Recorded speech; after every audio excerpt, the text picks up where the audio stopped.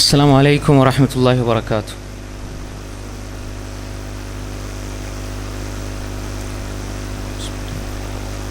إن الحمد لله نحمده ونستعينه ونستغفره ونعوذ بالله من شرور أنفسنا ومن سيئات أعمالنا من يهده الله فلا مضل له ومن يضلل فلا هادي له وأشهد أن لا إله إلا الله وحده لا شريك له وأشهد أن محمدا عبده ورسوله أما بعد.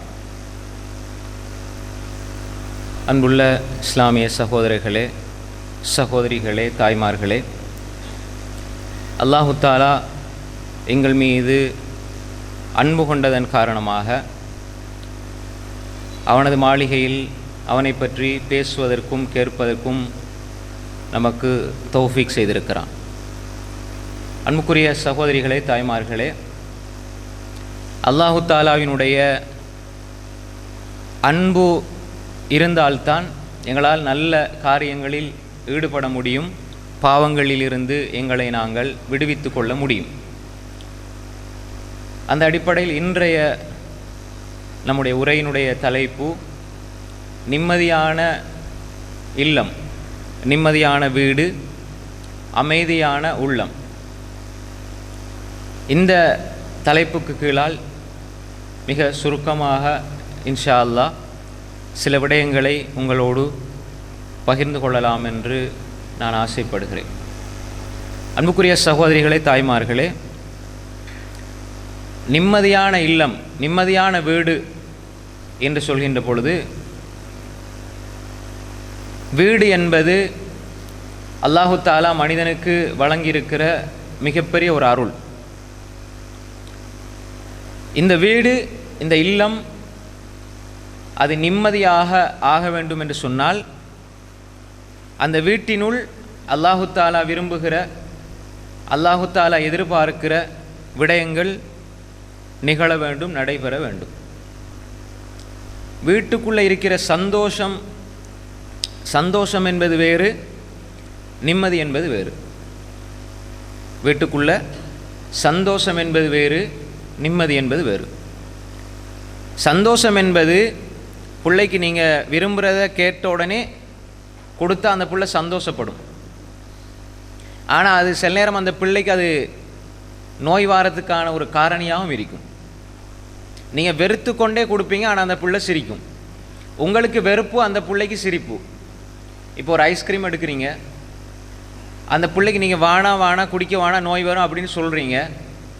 ஆனால் அந்த பிள்ளையோட சந்தோஷம் இதில் இருக்குது என்றால் அதை குடிக்கிறது தான், அதை சாப்பிட்றது தான். ஆனால் உங்களுக்கு அது சுத்தமாக பிடிக்காது.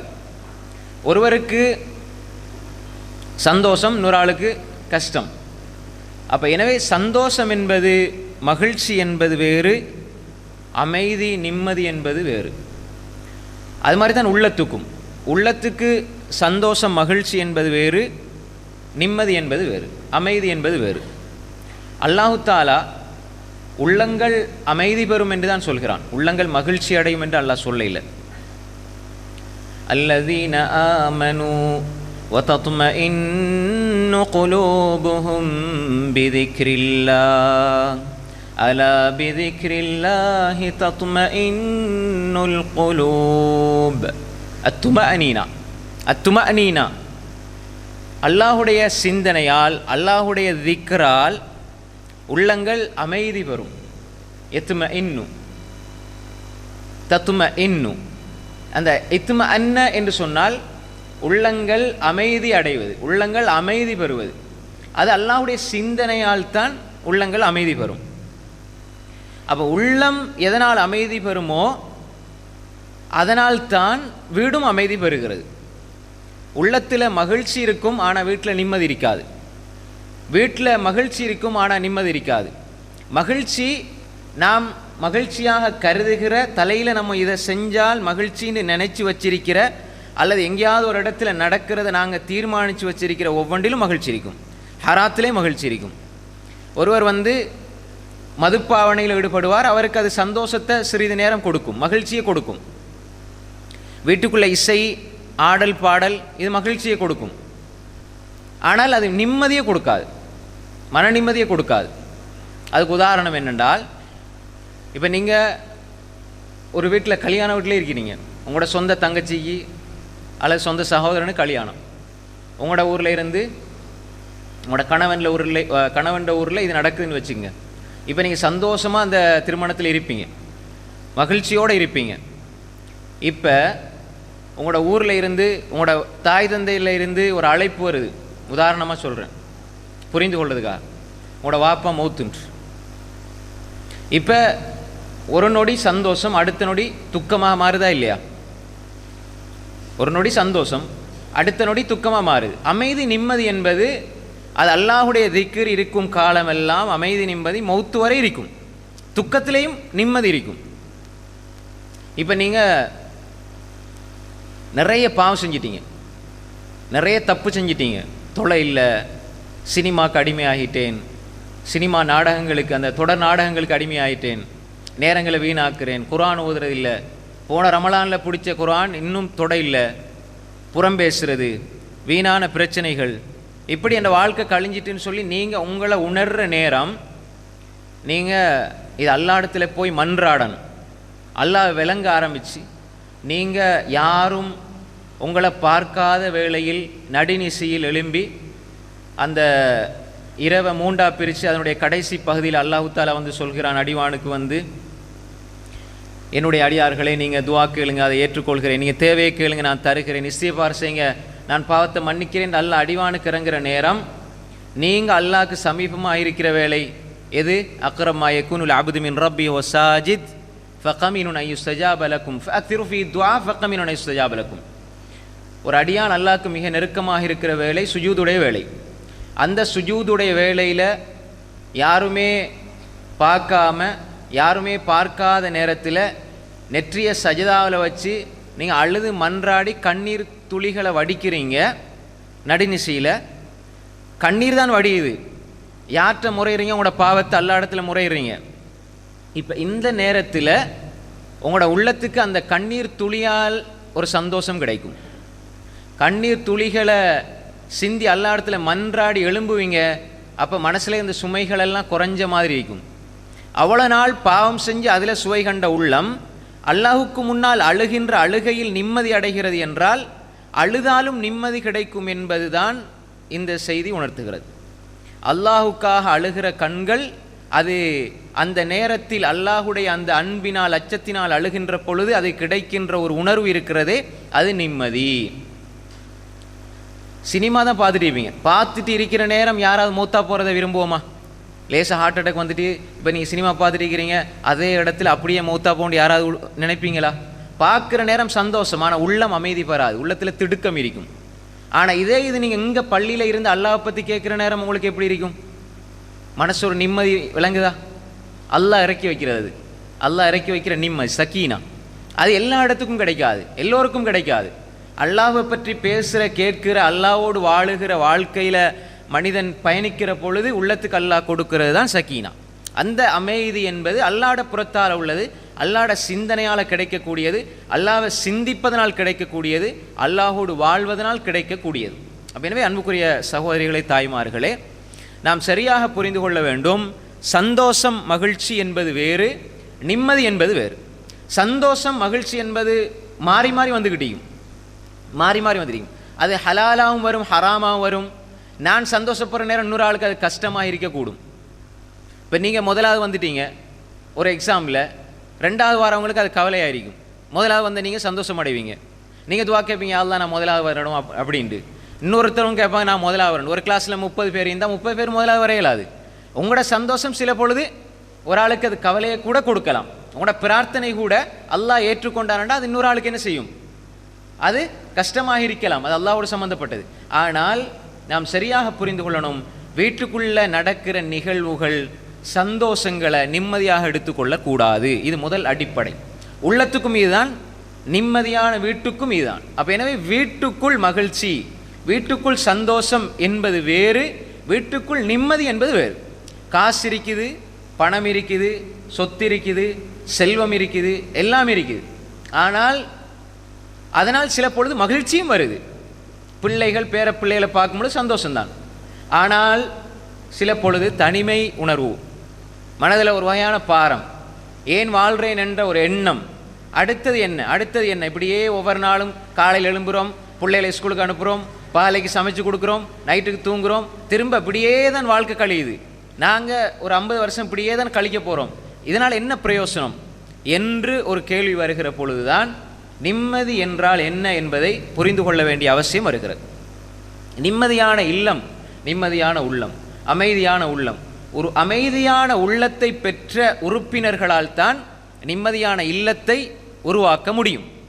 அப்போ அமைதியான உள்ளம் இருக்க வேண்டும். முதலாவது அடிப்படை அமைதியான உள்ளத்துக்கு அல்லாஹு தாலா சொல்கின்றான், நீங்கள் 2 விடயங்களை பேணிக்கொண்டால் உங்களோட வாழ்க்கையில் அல்லாஹு தாலா ஒரு மனமான வாழ்க்கையை தருவான். ஒரு வாழ்க்கையில் அல்லாஹு தாலா நிம்மதியை அல்லாஹ் தருவான். மன் அமில சாலிஹம் மின் ذكرٍ أو أنثى وهو مؤمن فلنحيينه حياة طيبة وَلَنَجْزِيَنَّهُمْ أَجْرَهُمْ بِأَحْسَنِ مَا كَانُوا يَعْمَلُونَ مَنْ عَمِلَ صَالِحًا مِنْ ذَكَرٍ أَوْ أُنْثَى وَهُوَ مُؤْمِنٌ فَلَنُحْيِيَنَّهُ حَيَاةً طَيِّبَةً. அல்லாஹு தாலா மன் அமில சாலிஹன், யார் சாலிஹான அமல் செய்கிறார்களோ, மின் ذكرٍ أو أُنْثَى, ஆண் அல்லது பெண், ஆணாயிரோ பெண்ணாக இருந்தாலும் ஆணாக இருந்தாலும், ஆணாயினும் பெண்ணாயினும் யார் ஈமான் கொண்டு சாலிஹான் அமல் செய்கிறார்களோ, மன் அமில சாலிஹன் மின் ذكرٍ أو أُنْثَى وهو مؤمن, முஃமினாக இருந்து கொண்டு. இந்த 2 விஷயத்தையும் கவனிச்சு கொள்ளுங்க. அப்போ அல்லாஹ் சொல்றான், ஈமான் கொண்டு சாலிஹான் அமல் யார் செய்கிறார்களோ நாங்கள் ஃபலனுஹியன்னஹு ஹயாத்தன் தய்யிபா, அவர்களுக்கு நாம் மனமான வாழ்க்கையை, நிம்மதியான வாழ்க்கையை கொடுப்போம். மறுமையில் அவர்களுக்கு அவர்கள் செய்த மிக அழகிய அமலுக்கு நாம் கூலியும் கொடுப்போம் என்று அல்லாஹ் சொல்கிறான். அப்போ அமில சாலிஹன், சாலிஹான் அமல்களை யார் செய்கிறார்களோ ஈமானோடு இருந்து கொண்டு, எங்களோட ஈமான் இறை நம்பிக்கை சரியாக இருக்கணும், அல்லாஹ்வோடு உள்ள எங்களோட தொடர்பு சீராக இருந்து கொண்டு சாலிஹான் அமல் செஞ்சால் எங்களோட வாழ்க்கை மனமானதாக மாறும். இதில் நாம் புரிந்து கொள்ள வேண்டியது சாலிஹான் அமல் ஈமான். இப்போ இது மனமானதாக மாறிவிட்டால், இது வீட்டுக்குள்ளே இந்த நிகழ்வு நடைபெற்றால் வீடு மகிழ்ச்சியானதாக, சந்தோஷமானதாக, அதை தாண்டி நிம்மதியானதாக இருக்கும், நிம்மதியை பெற்ற வீடாக இருக்கும். இப்போ அல்லாஹு தாலா ஒரு வீட்டை தந்திருக்கிறான், அந்த வீட்டுக்குள் இந்த நிகழ்வு நடைபெறுகிற பொழுது ஈமான் சாலிஹான் அமல். ஈமான் என்றால் என்ன? ஈமான்டா நாம் அடிப்படையாக ஈமானை புரிந்து கொள்ள வேண்டும். ஈமான் என்று சொன்னால் எங்களுடைய நம்பிக்கை சீராக இருத்தல், அல்லாஹுவை பற்றியுள்ள நம்பிக்கை சீராக இருத்தல், அல்லாஹுவை வணங்குதல், அல்லாஹுவிடம் பிரார்த்தித்தல், அல்லாஹுவை சார்ந்திருத்தல், அல்லாஹுவிடம் கேட்டல், அல்லாஹுவோடு ஆதரவு வைத்தல், அல்லாஹுடைய தண்டனை அஞ்சுதல், அல்லாஹ்வின் பக்கம் நெருங்கி செல்லுதல், எல்லாம் ஈமான்டால்.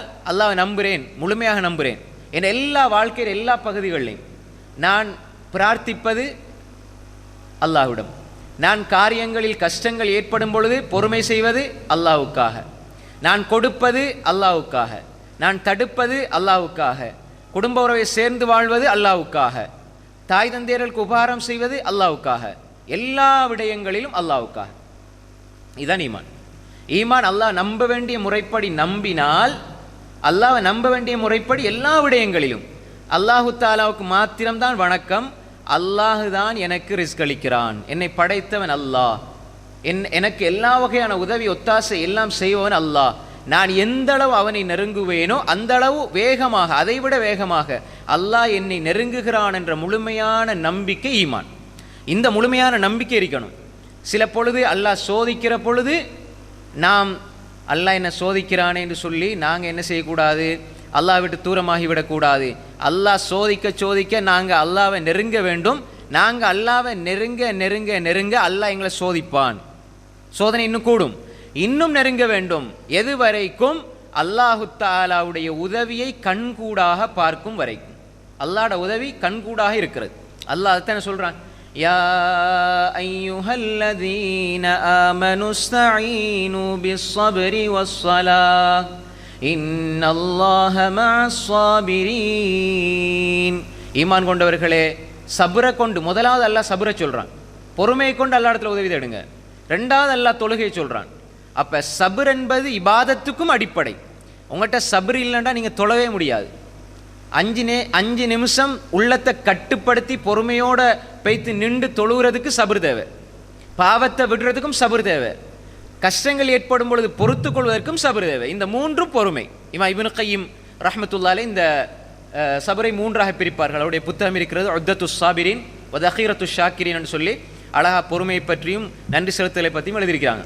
அப்போ எனவே அல்லாஹ் எல்லா நிலைகளிலும், இப்போ ஒரு மனிதன் அல்லாஹ் தார விடயங்களை அனுபவிக்கும் பொழுது அவன் அல்லாஹ்க்கு நன்றி செலுத்துவான். அல்லாஹ் தார விடயங்களை புதுசாக காண்ற நேரம் அவன் அனுபவிக்கிற பொழுது நன்றி செலுத்துவான். ஆனால் ஒரு மனிதன் அல்லாஹ் சோதிக்கிறான் என்று தெரிகிற பொழுது அந்த நன்றி செலுத்துகிற அந்த நிலையை விட இந்த சோதிக்கிற நிலையில் மனிதன் அல்லாஹ் நெருங்கணும் கூட. ஏனென்றா அல்லாஹு தாலா ஒரு பொழுது அல்லாஹ் என்னோடு இருக்கிறான் என்ற அந்த உணர்வு, இன்னல்லாஹ மஅஸ்ஸாபிரீன், பொறுமையாளர்களோடு அல்லாஹ் இருக்கிறான் என்ற உணர்வு வந்துட்டால் அந்த மனிதன் அல்லாஹுவை நோக்கி செல்லுவான். அல்லாஹ்ட உதவிகளை பெறுவதை தாண்டி என்னோடு அல்லாஹ் இருக்கிறான் என்ற உணர்வு வந்துவிட்டால் அவன் பொறுமை செய்வதில் குறை வைக்க மாட்டான். அப்போ எனவே நாம் அடிப்படையாக புரிந்து கொள்ளணும் என்றால் ஈமான் இருக்க வேண்டும், ஈமானோடு இருக்க வேண்டும். இது முதலாவது அடிப்படை. ரெண்டாவது சாலிஹான் அமல், நல்ல அமல்கள் செய்கிற நிலை. சாலிஹான் அமல்னா என்ன?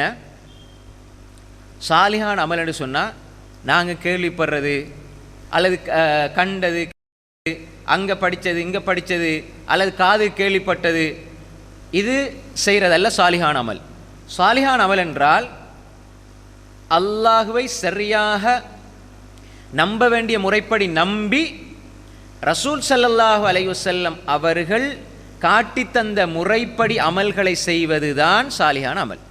அப்போ சாலிஹாக அமல் எப்போ மாறும்னால் அதுக்கு 3 விஷயம் அடிப்படை. நிறைய விஷயங்கள் இருக்குது, அதில் 3 சுருக்கமாக சொல்லலாம்.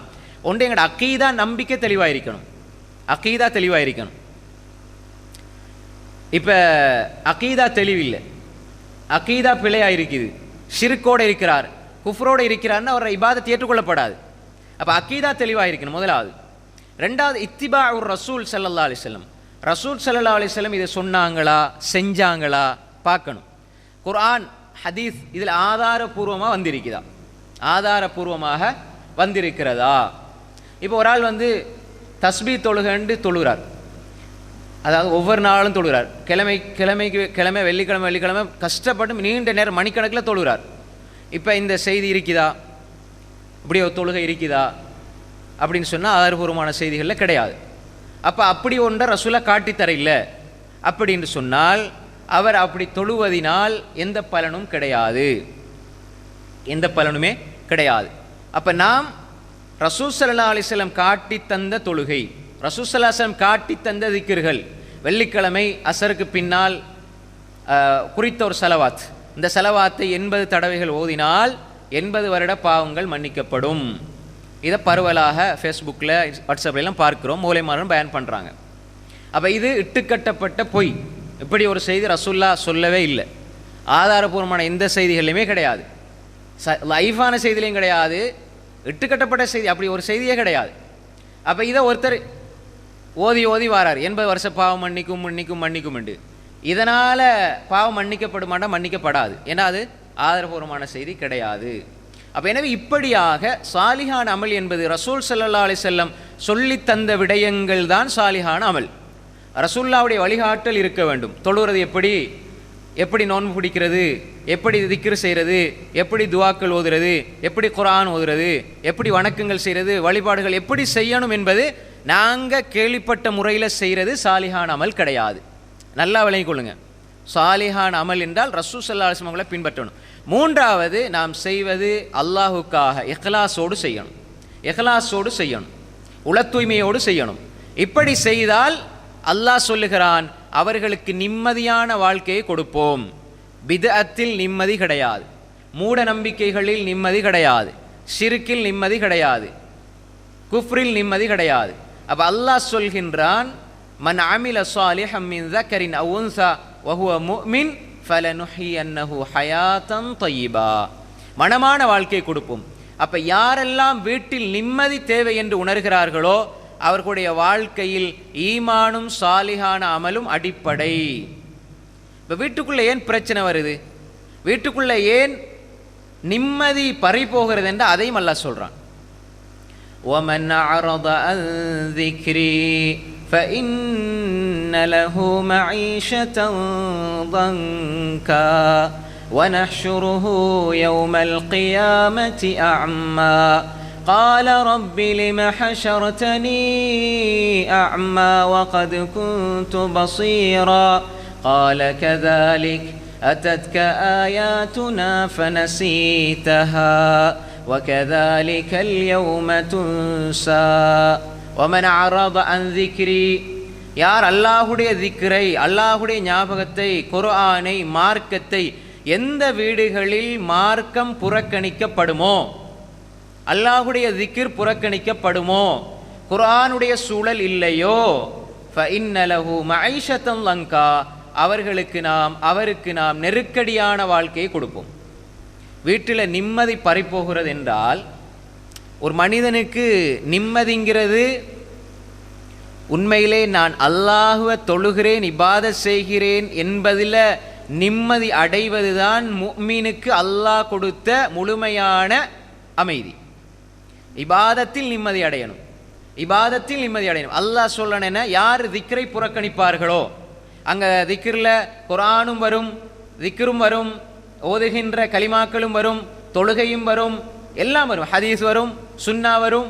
யாரெல்லாம் திக்ரை, அல்லாஹுடைய ஞாபகத்தை புறக்கணித்து வீட்டில் வாழ்கிறாங்களோ அவர்களுக்கு நாம் நெருக்கடியான வாழ்க்கையை கொடுப்போம். فَإِنَّ لَهُ مَعِيشَةً ضَنْكًا அது மட்டுமல்ல, அதற்கு தண்டனை அல்லாஹ் சொல்றான். وَنَحْشُرُهُ يَوْمَ الْقِيَامَةِ أَعْمَى யார் ஒரு மனிதன் குர்ஆனை பேணவில்லையோ, குர்ஆனுடைய வாழ்க்கை வாழவில்லையோ, குர்ஆனை தன்னுடைய வாழ்க்கையில் எடுத்து செயல்படுத்தவில்லையோ, அவனுக்கு நாம் நெருக்கடியான வாழ்க்கை கொடுப்போம் மறுமையில். وَنَحْشُرُهُ يَوْمَ الْقِيَامَةِ أَعْمَى நாம் அவரை குருடராக எழுப்புவோம். நாளைக்கு இந்த உலகத்தில் கண் பார்வை இருக்குது, அந்த கண்ணை கொண்டு நீங்கள் அல்லாஹுடைய கலாம், அல்லாஹுடைய மார்க்கத்தை பார்க்கவில்லை என்றால் நாளை மறுமையில் நீங்கள் குருடர்களாக எழுப்பப்படுவீர்கள். அப்போ அந்த மனிதன் கேட்பான், قال ربي لم حشرتني أعمى யா அல்லாஹ் وقد كنت بصيرا நான் உலகத்தில் பார்வையுள்ளவனாகத்தானே இருந்தேன், ஏன் என்னை குருடனாக எழுப்பினாய்? அல்லாஹ் சொல்லுவான், قال كذلك அது அவ்வாறுதான், أتتك آياتنا என்னுடைய வசனங்கள் உன்னிடம் வந்தது, فنسيتها நீ மறந்தாய், وكذلك اليوم تنسى இன்றைய நாள் நீ மறக்கடிக்கப்பட்டு விட்டாய் என்று அங்கே சொல்லப்படும். அல்லாஹ் சொல்லுவான் என்றால், அல்லாஹ் மறந்துட்டானண்டா எங்களோட வாப்பா அம்மா உதவி செய்வாங்களா? மறுமையில் எங்களோட பெற்றோர்கள் உதவி செய்வாங்களா? உதவி செய்ய மாட்டார்கள். அதையும் அல்லாஹ் குர்ஆனில் சொல்கிறான். அல்லாஹ் என்ன சொல்கிறான்? பெற்றோர்கள் அங்கே உதவி செய்ய மாட்டாங்க, தம்பி நானா சகோதரர்கள் சகோதரிகள் யாரும் உதவி செய்ய மாட்டாங்க. ஆனால் குர்ஆன் உதவி செய்யும். ரசூல் ஸல்லல்லாஹு அலைஹி வஸல்லம் சொன்னாங்க, இக்ரவல் குர்ஆன் ஃபஇன்னஹு யாதி யௌமல் கியாமத்தி ஷஃபீஅன் லிஅஸ்ஹாபிஹி நீங்கள் குர்ஆனை ஓதுங்கள், அது நாளை மறுமையில் உங்களுக்காக அல்லாஹ்விடம் ஷஃபாஅத் செய்யும். சூரா பக்ரா, ஆல இம்ரான் அல்லாஹ்விடத்தில் உங்களுக்காக மன்றாடும், வாதாடும். யா அல்லாஹ் இவன் என்ன ஓதுனான், யா அல்லாஹ் என்படி வாழ்ந்தான், யா அல்லாஹ் என்று மன்றாடும்.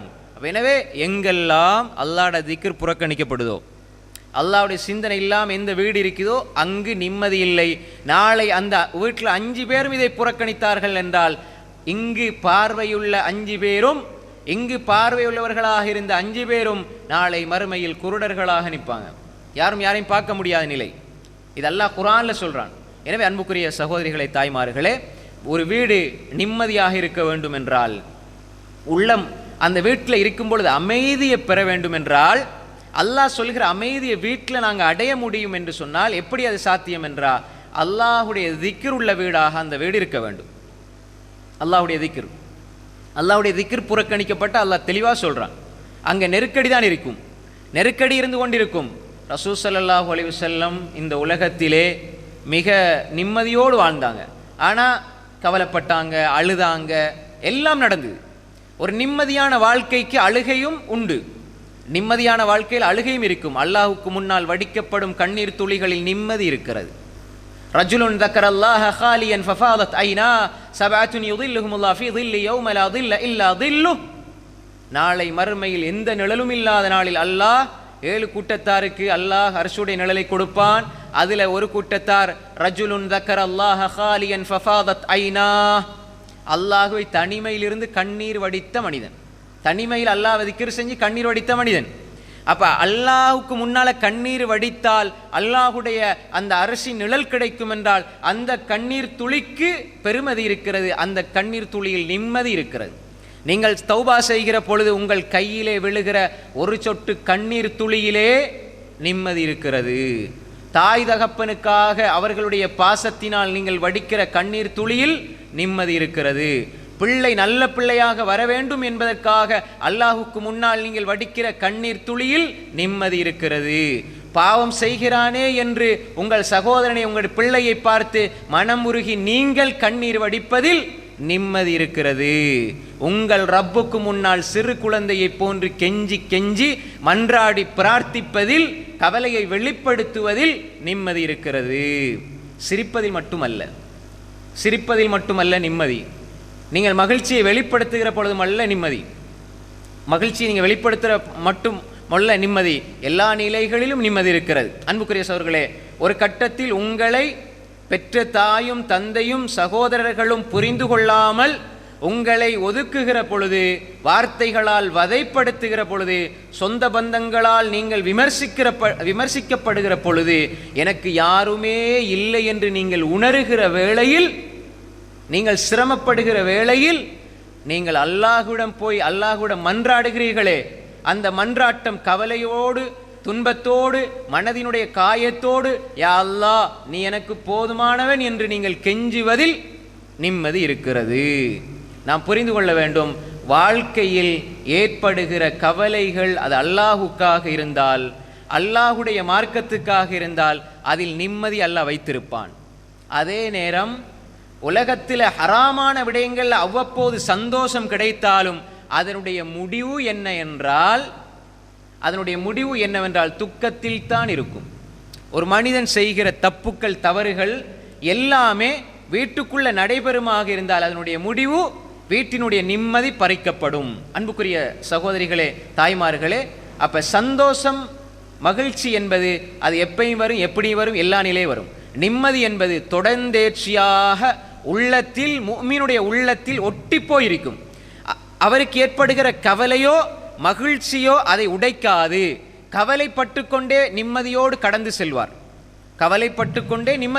செல்வார். ஏனென்றால் அவருடைய உள்ளத்துடைய தொடர்பு எல்லாம் அல்லாஹோடு இருக்கிறது.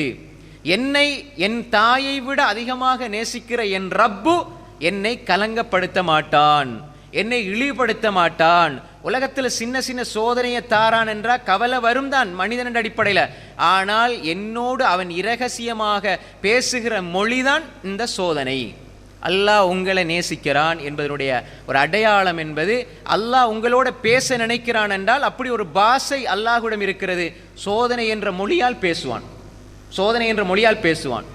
அப்போ நாங்கள் நினைக்கிறோம் அல்லாஹ் என்னோட பேச ஆசைப்படுகிறான். நான் சபர் பொறுமையினூடாக அல்லாஹ்வோடு பேச வேண்டும், திக்ரினூடாக அல்லாஹ்வோடு பேச வேண்டும், இன்னும் ஹலாலை எடுத்து ஹராமை விடுவதினூடாக அல்லாஹ்வோடு நெருங்க வேண்டும், பேச வேண்டும். அப்போ அல்லாஹ் என்ன சொல்றான்? நீ என்னோடு என்னை நெருங்கி வந்தால் நான் உன் பக்கம் மிக வேகமாக நெருங்கி வருகிறேன். ஹதீஸுல் குத்ஸில் அல்லாஹ் சொல்றான். எனவே அன்புக்குரிய சகோதரிகளே, தாய்மார்களே, நாம் சரியாக இதை புரிந்து கொள்ள வேண்டும். நாங்கள் சில பொழுது வீட்டில் வறுமை உடைய ஒரு கட்டம் வரும். எல்லா நிலையிலும் எல்லா மனிதர்களும் ஒரே மாதிரி இருக்க மாட்டாங்க. நாங்கள் நிம்மதியை சில நேரம் தவறாக புரிஞ்சிருப்போம். என்னண்டா, வீட்டில் திண்டு குடிச்சிட்டு சந்தோஷமாக இருந்தால் நிம்மதி நினச்சிட்டு இருப்போம். இது மட்டுமல்ல நிம்மதி. உண்மையிலேயே ஒரு வீட்டில் காலையில் சாப்பிட்றாங்க, பகலில் நல்ல சாப்பாடு இல்லை, இரவிலே சாப்பிட்றாங்க, இந்த நிலை எங்களுக்கு கஷ்டம், எங்களுக்கு பிரச்சனைன்னு சொல்கிற ஒரு மனிதனை தாண்டி வீட்டில் 3 வேளை சாப்பிட்றாங்க. இப்படியும் ஒரு குடும்பம் இருப்பாங்க. இங்கே 3 வேளை சாப்பிடுவாங்க, ஆனால் ஒழுங்கான சாப்பாடு இருக்காது. இப்போ இவங்களோட பார்வையில் நாங்கள் கஷ்டத்தை வைக்கிறோம், அவங்களோட பார்வையில் மகிழ்ச்சியில் வைக்கிறோம். இவங்க அவங்கள மகிழ்ச்சின்னு பார்ப்பாங்க, இவங்க அவங்கள கஷ்டம்னு பார்ப்பாங்க.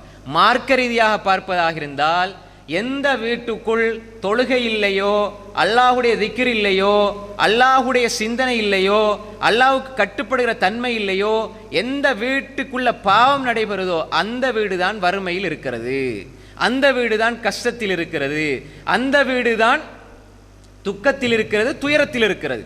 ரசூல் ஸல்லல்லாஹு அலைஹி வஸல்லம் உடைய வீடு ஒரு பிறை பார்த்தோம், ரெண்டாவது பிறை பார்த்தோம், சாப்பாடு எதுவுமே இல்லை, வெறும் தண்ணி ஈச்சம்பழம், அதுவும் சில பொழுது இல்லை. அப்போ ரசூல் ஸல்லல்லாஹு அலைஹி வஸல்லம் அல்லாஹ்விடத்தில் துஆ கேட்டா, அல்லாஹ்விடத்தில்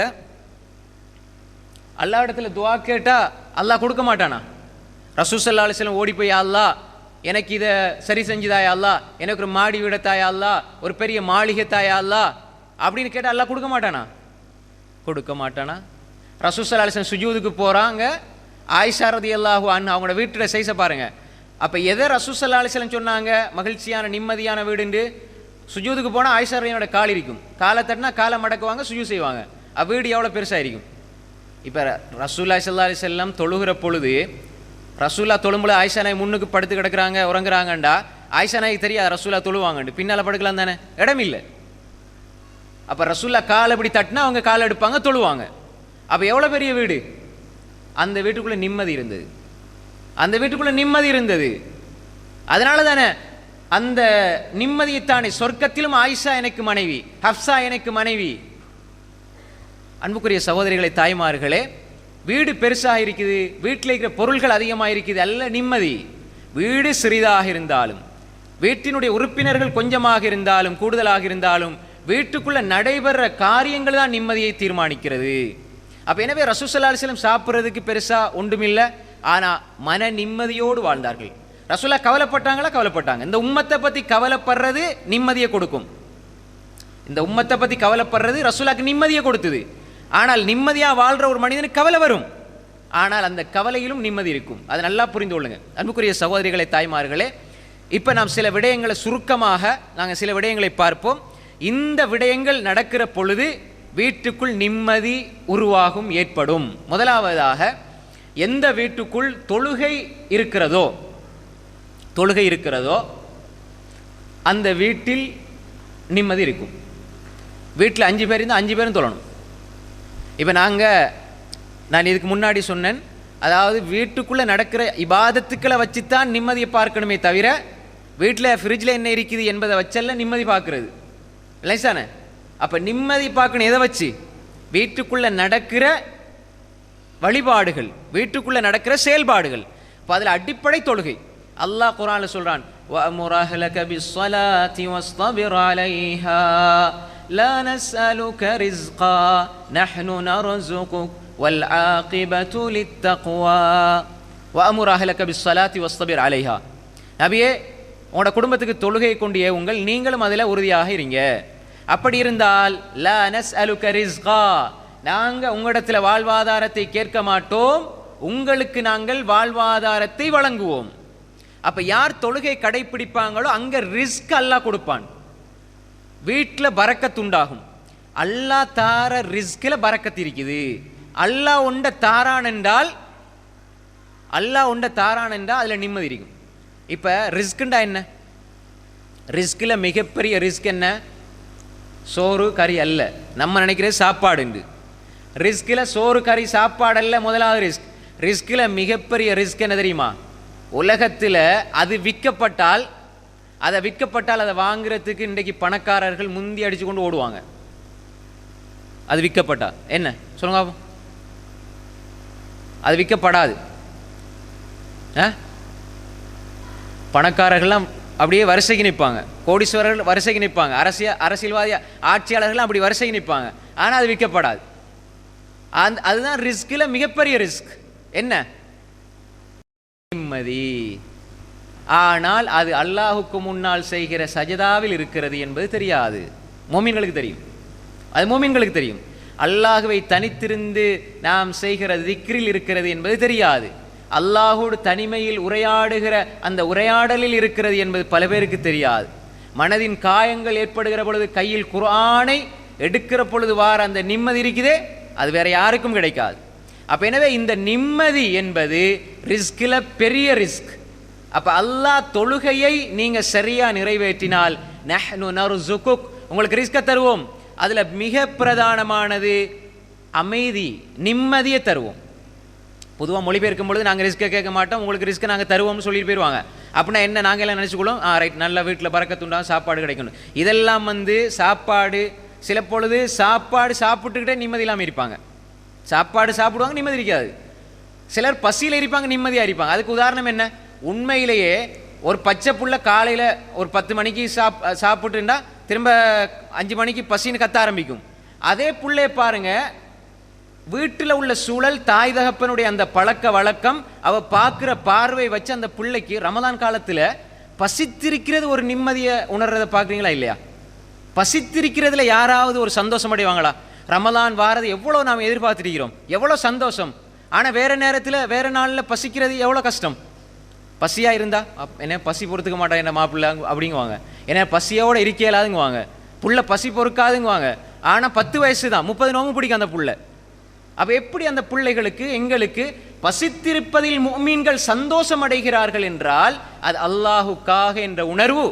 அப்போ பசியிலும் ஒரு நிம்மதி இருக்கிறது, அது ரமதானில். அப்போ அது எல்லாராலையும் சாத்தியம் இல்லை. இஹ்லாஸ் இருந்தால் மட்டும் தான் நோன்பு பிடிக்கலும். நோன்பு பிடிக்கிறேன்னா அது இஹ்லாஸ் அடையாளம் தான். ஏன்னா எங்கே போய்த்து நோன்பை முறிச்சு கொள்ளலாம்.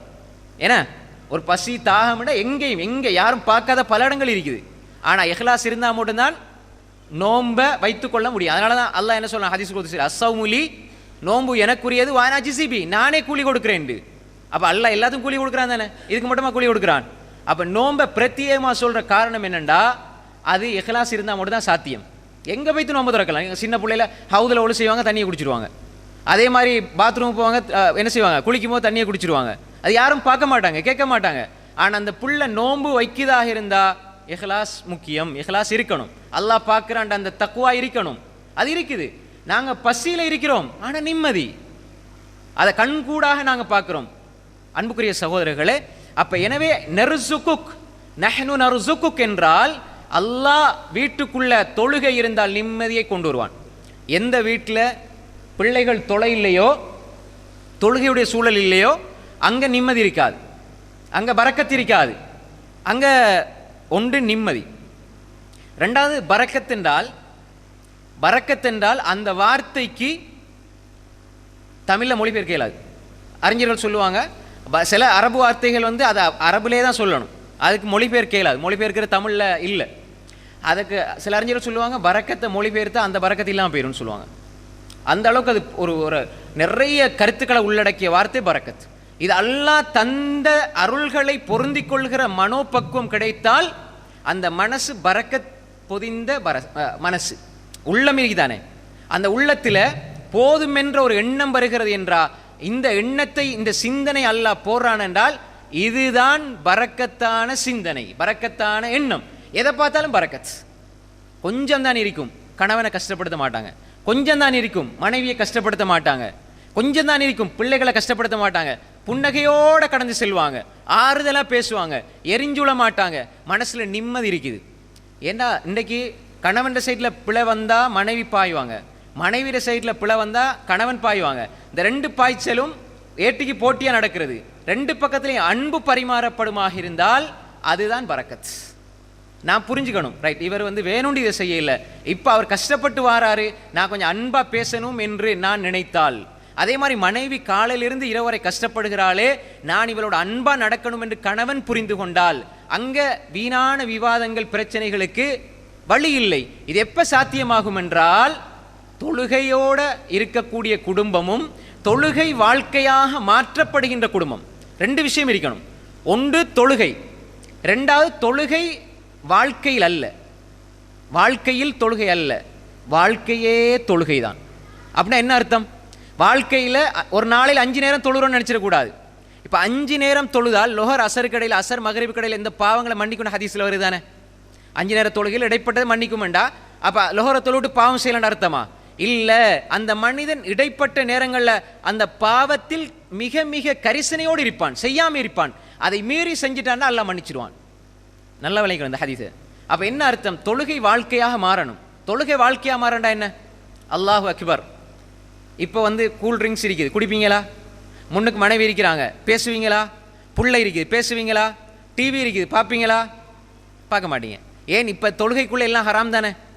இதே வாழ்க்கையாக மாறிட்டா இப்போ தக்பீரத்துல் இஹ்ராம்னு சொல்லுவோம் தானே. இஹ்ராம் தக்பீரத்துல் இஹ்ராம்னு சொன்னால் என்ன? தக்பீர் முதல்ல ஆரம்ப தக்பீர் இருக்குது தானே, தஹ்ரீம் சொல்லுவோம். அப்போ தக்பீர், இப்போ இந்த தக்பீரை கட்டின உடனே எல்லாம் ஏற்கனவே ஹலாலாக இருந்ததெல்லாம் ஹராம் ஆகிடுது, ஏற்கனவே ஹலாலாக இருந்தது ஹராம் ஆகுது. அதானே? இப்போ ஏற்கனவே வந்து சாப்பிடலாம், குடிக்கலாம், பேசலாம், எல்லாரோடையும் எல்லாம் இருக்குது. ஆனால் தக்பீரை கட்டினோடனே தற்காலிகமாக அதெல்லாம் தடை செய்யப்படுது. ருக்குவுக்கு போகிறீங்க, சுஜூதுக்கு போகிறீங்க, தொழுகையில் பரிபூர்ணமாக செய்கிறீங்க. இதே விடயத்தை வாழ்க்கையாக எடுத்து பாருங்கள். முன்னுக்கு இசை ஒலிக்குது, படம் காட்டப்படுதுன்னா நீங்கள் இது எனக்கு ஹராம்ட்டு கடந்து போவீங்க. ஹராமான உணவு வருது, தவிர்ந்து கொள்வீங்க. கோடி கோடியாக வட்டியில் கொட்டுதுன்னாலும் தொடமாட்டீங்க. சுவையாக இருக்குது, புறம் பேசணும்னு தோணுது, ஆனால் ஹராம், தவிர்ந்து கொள்றீங்க, தடை செய்யப்படுகிறது. தொழுகை வாழ்க்கையாக மாறும் என்று சொன்னால் வீட்டுக்குள்ளே இப்படி தொழுகையை வாழ்க்கையாக மாற்றுற பொழுது நிம்மதி உணரப்படும், ரிஸ்கில் பரக்கத்துண்டாகும், வாழ்க்கையில் நிம்மதி ஏற்படும். அன்புக்குரிய சகோதரிகளை, தாய்மார்களே, எனவே தொழுகை முதலாவது. தொழுகையுடைய சூழல், நான் தொழ வேண்டும், என் குடும்பம் தொழ வேண்டும், தொழுகையுடைய வாழ்க்கை வர வேண்டும். தொழுகையில் எப்படி நான் அல்லாஹ்வுக்கு முன்னால் உள்ளச்சத்தோடு இருக்கிறேனோ அதுபோன்று வாழ்க்கையில் பயிற்சி நான் முழுமையாக என்னுடைய வாழ்க்கையில் தொழுகையை பேணிக்கொள்ள வேண்டும். இது முதலாவது விஷயம். ரெண்டாவதாக, எந்த வீட்டில் பரக்கத் நிம்மதி வேண்டுமோ அந்த வீட்டில் குர்ஆனுடைய சத்தம் இருக்க வேண்டும். குர்ஆனுடைய ஓதல் அந்த வீட்டில் நிகழ வேண்டும். ரசூல் ஸல்லல்லாஹு அலைஹி வஸல்லம் சொன்னாங்க, இக்ரஉ சூரத்துல் பக்ரா ஃபஇன் அஹதஹா பரக்கா வ தர்கஹா ஹஸ்ரா லா தஸ்ததிஉல் பத்லா. நீங்க சூரா பக்ரா ஓதுங்க, சூரா பக்ரா வீட்டில் ஓதுங்க. ஃபஇன் அஹதஹா பரக்கா, அதை எடுப்பது பரக்கத். வ தர்கஹா ஹஸ்ரா, அதை விடுவது நஷ்டம், கைசேதம். அதை ஓதி கொண்டு வந்தால் லா தஸ்ததிஉல் பத்லா, அதை ஓதிக்கிட்டே வந்தால் வீணர்கள், செய்வினை, சூனியம், கண்ணீர் எதுவுமே அவர்களை பீடிக்காது, நெருங்காது என்று சொன்னாங்க ஸல்லல்லாஹு அலைஹி வஸல்லம். இந்த ஹதீஸ் சஹீஹ் முஸ்லிமில் வருது. கண்ணூர் இருக்குதா? இஸ்லாத்தில் இருக்குது. சூனியம் இருக்குதா? இருக்குது. இதெல்லாம் இஸ்லாத்தில் சொல்லப்பட்ட விஷயங்கள். ஆனால் இருக்குது என்பதனால நம்ம அதை செய்யணும், படிக்கணும், தெரிஞ்சுக்கணும் அப்படின்ட்டு இல்லை. 7 பெரும்பாவங்கள் சிறுக், அதுக்கப்புறம் சிஹர், சூனியம். சிறுக்குன்னு ஒன்று 7 பெரும்பாவத்தில் ஒன்று தானே. மக்கள் சிறுக்கு வைக்கிறாங்க, நாங்கள் வைக்கணுமா? அதுக்குண்டு இல்லாத ஒன்றை வைப்பாங்களா? இருக்க போய் தான் வைக்கிறேன். ஆனால் வைக்கிறது பெரும்பாவம், வைக்கிறது அது மாதிரி சீர் ஒன்று இருக்குது, அது செய்கிறது பெரும்பாவம், அதை படிக்கக்கூடாது. அப்போ எனவே யார் ஒரு மனிதன் இதை ஓதுவானோ, சூரா பக்ரா ஓதுவானோ, அவன் வீட்டில் பரக்கத் உண்டாகும். பரக்கத் ஏற்கனவே நான் சொன்னேன், ரிஸ்கில் பெரிய ரிஸ்க் என்ன? மன நிம்மதி. பரக்கத்தில் பெரிய பரக்கத், பரக்கத் என்றாலே அது பெருசுதான். பரக்கத்தில் மிகப்பெரிய பரக்கத் என்னண்டா வீட்டில் கிடைக்கிற நிம்மதி தான். ஒரு மனிதன் எங்கே வேலைக்கு போனாலும், எங்கே போயிருந்தாலும், அவன் கடைசியில் நிம்மதியை தேடி எங்கே வருவான்? ஒன்று வீட்டுக்கு, மனைவி வைக்கிற வீட்டுக்கு வருவான், அல்லது அம்மா அப்பா வைக்கிற இடத்துக்கு போவான். வேற எங்கே போவான்? ஒரு பெரிய ஒருத்தர் ஓடி வாராரு, இடையில மழை பெய்யுது, பெரிய நல்ல சூப்பர் மார்க்கெட் ஏசியெல்லாம் போட்டு இருக்குது, அதுக்குள்ளே போய்த்து நிற்கிறாரு, எட்டி பார்ப்பார். ஆனால் வீட்டில் ஏசியும் இல்லை, வீட்டில் எல்லாம் கொசு தொல்லை. ஆனால் அவர் எட்டி பார்த்துட்டே இருப்பார், எப்போ வெளியே வரணும். அவருக்கு ஏசி முக்கியமா, வீடு முக்கியமாண்டா? இப்போ வீடு தான் முக்கியம். ஏன்னா அங்கே அவர் நிம்மதியை உணர்றாரு. இங்கே ஏசியில் கிடைக்காத நிம்மதி அங்கு தாயின் முகத்தை பார்ப்பதில் கிடைக்கிறது என்றால் இது பரக்கத். அன்புக்குரிய சகோதரிகளை, தாய்மார்களே, எனவே அந்த எண்ணங்கள் இடங்களை வைத்தல்ல வாரது. ரசூல் ஸல்லல்லாஹு அலைஹி வஸல்லம் சொன்னாங்க, ஓதுங்க, வீட்டில் குர்ஆன் ஓதுங்க. ஏன் பக்ரா சொன்னாங்க ஸல்லல்லாஹு அலைஹி வஸல்லம்? சூரா பக்ரா சூரா ஓதுங்க, வீட்டில் பரக்கத் உண்டாகும். இதில் நான் ஒரு செய்தியை விளங்கிக் கொள்றேன் என்றால், ஒரு மனிதன் பக்கராவோட நிறுத்தி கொள்ளன்ற அர்த்தம் இல்லை. பக்கரா ஓதுனா பரக்கத் உண்டாகும். ஆனால் அந்த பெரிய சூறாவை ஒரு மனிதன் ஓதுறான்டா என்ன? அதை சில பொழுது அவன் என்ன செய்யறான், விளங்கி தர்ஜமாவோட ஓத ஆரம்பிச்சான்டா அதில் சுவை இருக்குதானே. ஆல இம்ரானுக்குள்ளே கூட்டி போகும், ஆல இம்ரானுக்குள்ள அதுக்கு பிறகு என்ன இருக்குது, அதுக்கப்புறம் நிசாக்கு கூட்டி போகும், அதுக்கப்புறம் மாயிதா, அன்னா, மாரா, ஃபன்ஃபால், தௌபாண்டு அழைச்சிக்கிட்டே போகும். பாருங்க, நீங்கள் குர்ஆன் எடுத்து பாருங்க. நான் அலிஃப் லாம் மீம் ஜுஸு ஓதுறோம் தானே, அது தர்ஜமா வாசி பாருங்க. அடுத்து சயகூலு, அதில் என்ன இருக்குது, தில்கர் ரசூல் அடுத்த ஜுஸில் என்ன இருக்குது, லந்தனாலு என்ன இருக்குது, வல் முஹ்சனாத் என்ன இருக்குது, லா யுஹிப்புல்லா என்ன இருக்குது, வைதா சமியு வலவ் அன்னனா காலல் மலவ் வஅலமு யாத்ததிரூன் வமா மின் தாப வமா பர்ரி ரபமா சுப்ஹானல்லதி கால அலம் இக்தரப கத் அஃப்லஹ வகால அல்லதீன அம்மன் ஹலக் உத்லு மா ஹுய வமன் யக்னுத் வமா லியலா ஃபமன் அظلمு இலைஹி ரத்து ஹாமீம் கால ஃபமா கத் சமியல்லாஹ் தபாரக்கல்லதி அம்ம. அவ மினல் ஜின்னத்தி வன்னாஸ் வரை உங்களை இழுத்துக்கிட்டு போகும். பெரிய சூறாவை படிக்கிறதுலே அவர் கஷ்டப்படையில, பெரிய சூறா ஓதுறதுலேயே அவர் டயர்ட் ஆகலைன்னு சொன்னால் அப்போ அந்த குர்ஆனுடைய சூழல் அங்கே உருவாக்கப்படும். ரசூலுல்லாஹ் சொன்னாங்க, இக்ரஉ சூரத்தல் பக்ரா, அதை ஓதுங்க பரக்கத். அதை விட்டுட்டீங்கன்னா நஷ்டம் உண்டாயிரும். நஷ்டத்தில் மிகப்பெரிய நஷ்டம் என்ன தெரியுமா? மனசிற நிம்மதியை இழப்பது. உலகத்திலேயே ஒரு மனிதன் நிம்மதியை இழந்துட்டான் என்றால், உண்மையான மன அமைதியை இழந்துட்டான் என்றால், அதுதான் அவன் அடைகிற மிகப்பெரிய நஷ்டம். பாருங்க, அல்லாஹு தஆலா ஒரு மூமினுடைய உள்ளத்தில் கட்டுகளவு ஈமான், நல்லா விளங்கிக் கொள்ளுங்க, ஒரு மூமினுடைய உள்ளத்தில் கட்டுகள ஒரு சொட்டு ஈமான் இருந்தாலும் அல்லாஹ் அவனை பார்த்து என்ன சொல்ல தெரியுமா? قُلْ يَا عِبَادِيَ الَّذِينَ أَسْرَفُوا عَلَى أَنفُسِهِمْ لَا تَقْنَطُوا مِنْ رَحْمَةِ اللَّهِ إِنَّ اللَّهَ يَغْفِرُ الذُّنُوبَ جَمِيعًا قُلْ يَا عِبَادِيَ الَّذِينَ أَسْرَفُوا عَلَى أَنفُسِهِمْ, தங்கள் மீது அளவு கடந்து அநியாயம் செஞ்சு பாவம் செய்த என்னுடைய அடியார்களே, லா தக்னது மின் ரஹ்மத்தில்லா, அல்லாஹ்வுடைய அருளிலிருந்து நிராசை அடைந்து விட வேண்டாம். இன்னல்லாஹ யக்ஃபிரு ذுனூப ஜமீஆ, எல்லா பாவங்களையும் அல்லாஹ் மன்னிப்பான், அவன் மன்னிக்க கூடியவன், இரக்கமுடையவன் அல்லாஹ் சொல்றான். அப்ப இங்க அல்லாஹ் என்ன சொல்றான்? ஒரு மூமின் ஒரு சொட்டு ஈமான் இருக்குது, நிறைய மலை போல பாவம் செஞ்சிருக்கிறான் என்றாலும் அவன் கூட அல்லாஹ்ட உதவி எனக்கு கிடைக்கும் என்பதில் நம்பிக்கை இழக்கக்கூடாது. நாங்கள் என்ன செய்யறது தெரியுமா? அதனால துணிஞ்சு பாவத்துக்குள்ளே போயிடவும் கூடாது. அதாவது முரட்டுத்தனமாக நினச்சி நம்மளை ஏமாற்றிக்கொள்ளவும் கூடாது.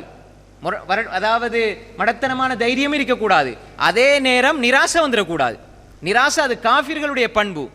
இப்போ பாருங்க, நாங்கள் ஏதாவது ஒரு சின்ன தவறு செஞ்சிட்டோம், ஏதாவது குற்றம் குறை செஞ்சிட்டோம்டா, இன்றைக்கு அதிகமாக சின்ன சின்ன பாவங்கள் செஞ்ச உடனே ஷைத்தான் என்ன போடுவான்டா, நீ பாவி, ஒன்று அல்லாஹ் மன்னிக்க மாட்டான்னு ஷைத்தான் போடுவான். இது ஷைத்தான் வந்து நம்ம நினைப்போம், வந்து நம்ம பாவம் செஞ்சதுனால தான் இப்படி நம்ம நினைக்கிறோம் அப்படின்னு நம்ம என்ன செய்வோம், சரி காணுவோம், நம்மளை சரி காணுவோம். ஆனால் உண்மையிலே அது சரி காண்ற விடயம் அல்ல, நாங்கள் அதை சரியாக புரிந்து கொள்ள வேண்டிய விஷயம். ஷைத்தான் உங்களை பலவீனப்படுத்துவான். உங்களை பலவீனப்படுத்தி நான் தொழுதா என்ற தொழுகையெல்லாம் ஏற்றுக்கொள்வானா, நான் துவா கேட்டால் ஏற்றுக்கொள்வானான்னு சொல்லி உங்களை அல்லாஹ் விட்டு தூரமாக்கிடுவான். இது ஷைத்தான் உள்ளத்தில் போகிற சின்ன பாவத்தை செஞ்சாலும் பாவத்தை காட்டி இன்னும் பாவம் செய்ய வைப்பான். நம்ம என்ன நினைக்கணும்டால், என்ற உள்ளத்தில் கட்டுகளவு ஈமான் இருக்கிற வரையும் அல்லாஹ்ட உதவி எனக்கு இருக்குது அப்படி நாங்கள் நினைச்சோம்டா அல்லாஹ் அருள் செய்வான் என்பதில் நிராசை அடைய மாட்டோம். அல்லாஹ்வின் பக்கம் அடுத்த எடுத்து வைப்போம்.